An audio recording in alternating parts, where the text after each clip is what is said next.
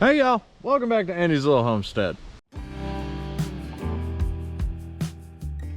Y'all, I planted my garden 6 days ago and already I got deer walking through here. Several of them have been delicious, or at least their family members were, but without a fence, they're dang near impossible to stop. Heck, I've already got lima beans germinated, and I've lost too many plants in the past. If so much as one lima bean gets eaten, we're gonna have a real problem in my book. Well, Andy, it sounds like you value the lima beans more than the life of a beautiful, majestic deer. Exactly, that's exactly how I feel. On top of that, we have very little budget to make this happen. So today we're gonna try and build a deer-proof electric fence around all of this and do it on the cheap. We got our tape laid out here on the first section. We're gonna dig some post holes.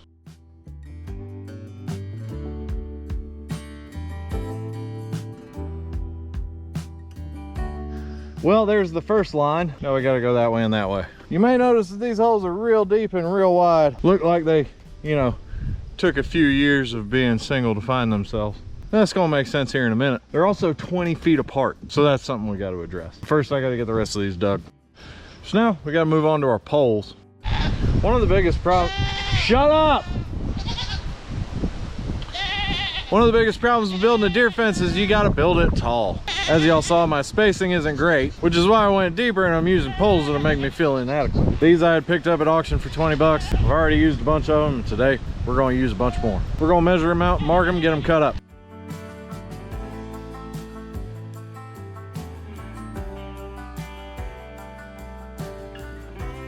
So we had enough good ones that we should be able to make it work. I sorted the marginal ones out over there. And for anybody who's wondering, bale twine is still holding my tie rod on that tractor. So we'll get them measured, marked, cut, and we'll start shoving them in our holes.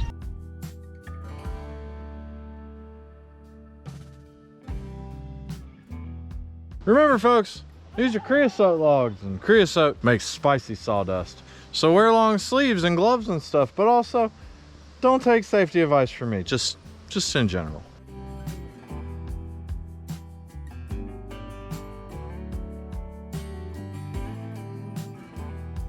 Well, that was reasonably successful. We only hit one chunk of metal and it was copper, so, you know, that's a pretty good run.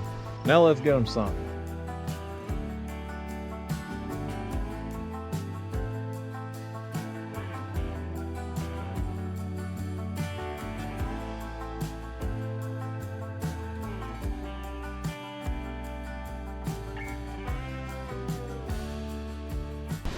Fun fact, some of these poles are really freaking heavy.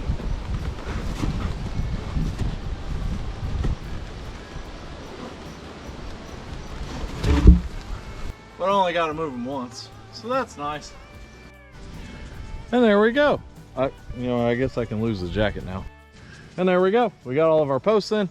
Next thing we got to do is we got to work on these corners. Now every one of them is going to end up pretty much different, but the first thing we got to do, since our fence, our top wire is going to be 7.5 feet high, we got to extend this one, that one over there. There are a few things on a farm that cannot be solved with a GRK screw. Well, that's pretty mostly straight. So before we go any further, I've got to steal some insulators off these old fence posts, because like I said in the beginning, we're on a budget. It's getting kind of late. I'm gonna go ahead and do that, and then we'll be back tomorrow. All right, so we've got two types of insulators that we're gonna be using for this. We've got these that are on lag bolts. We're gonna use these for the corners. I found them to be one of the strongest options. And then for the intermediate ones, we're just gonna use those little sleeves that we pulled off. We just staple the wire right up. For these corners, we're gonna drill them out, screw them in.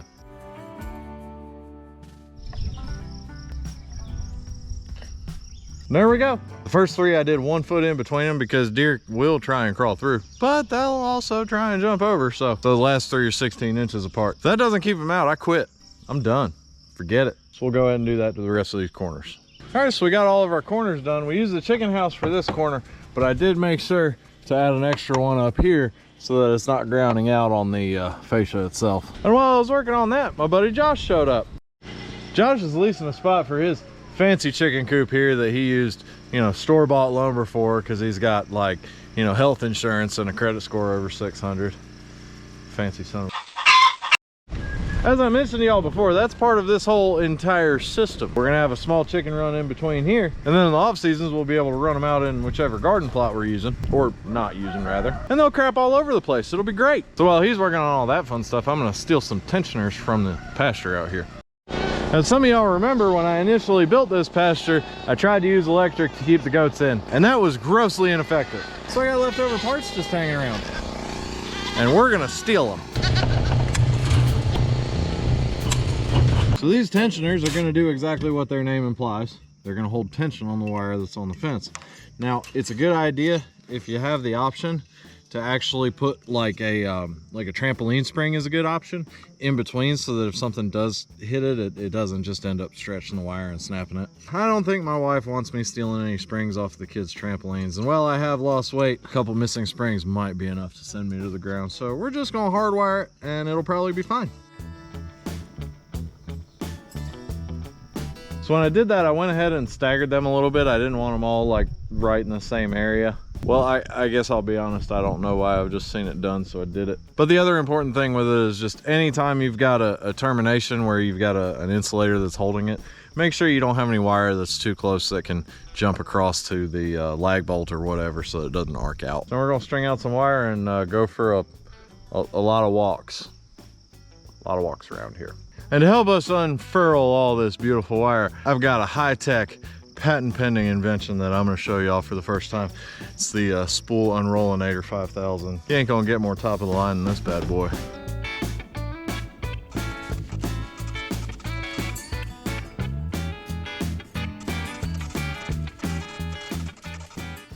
All right, so we got our pile of wires going all the way across. They're sagging real bad. Looks like they've had about, I don't know, 8 to 11 kids. But like a hillbilly plastic surgeon, we can firm them right up. Before we do that though, we gotta thread all of our insulators on. Or maybe we're not. I had a stroke of good luck. I was going into the other truck to dig out whatever staples that I had left, and I found a whole bunch of these. I actually strongly prefer these insulators, but I was just using the other ones because they were free, or at least I had already bought them. But I already bought these too, so we're just gonna do that. Having to thread every little sleeve all the way through, it's kind of a pain. But with these, I just nail them up at the prescribed heights, and I can set the wire right in that little notch, and she's good to go. So that's what we're gonna do. Also, while digging through the other truck, I found a pile of mystery grease. I don't know where it came from. There we go. Now all we got to do is tighten it up.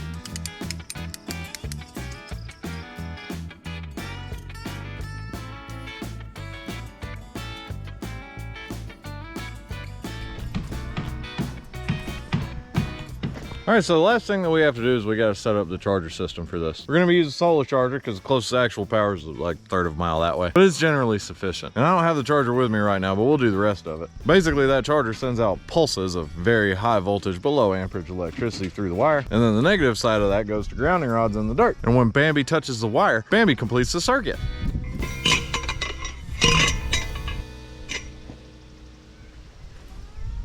I left that part in just for y'all.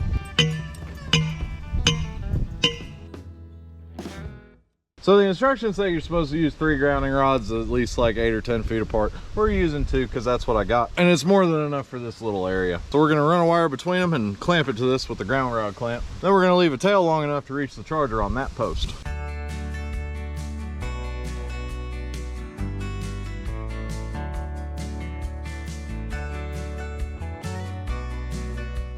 There we go, that's the ground side. Now the charger itself needs to hook to all the wires, so basically what we're gonna do is right there at the charger, we're gonna jump them all together.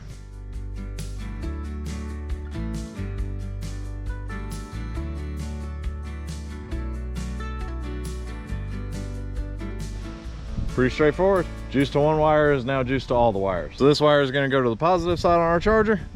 This one's gonna go to the ground side or the negative side. That's where we mount that. We're done. Y'all, there are a million ways to try and keep deer out, and I've tried a lot of the gimmicky ways before. Tried hanging CDs on the apple trees, and it worked for a little bit until they realized, hey, these are just reflections, these are not threads. I've seen some people will sprinkle human hair from a barbershop all over the garden. People will hang Irish Spring soap. Yeah, that stuff on their fruit trees, and the deer will stay away from it. But y'all, for all the gimmicks that are out there, or all the hacks or whatever, I've never seen one that effectively works. And they may have worked for other people, might as well try it. But honestly, this is a really cheap way to do it. I got probably $50 worth of wire in it, which I already had. Another $15 worth of insulators, which I already had. $25 in tensioners, which, yep, I already had them. And the total cost on these poles was probably $8. Buddy Josh is covering the charger as a condition of his chicken lease. So long story short, for basically no money out of pocket, our crops are now protected. I need to address the obvious here. There is no gate. But I've lost a little weight. I can fit through the wires now. And honestly, I was short on time, and this is a very budget project. We can worry about all that later. So yeah, that's about it.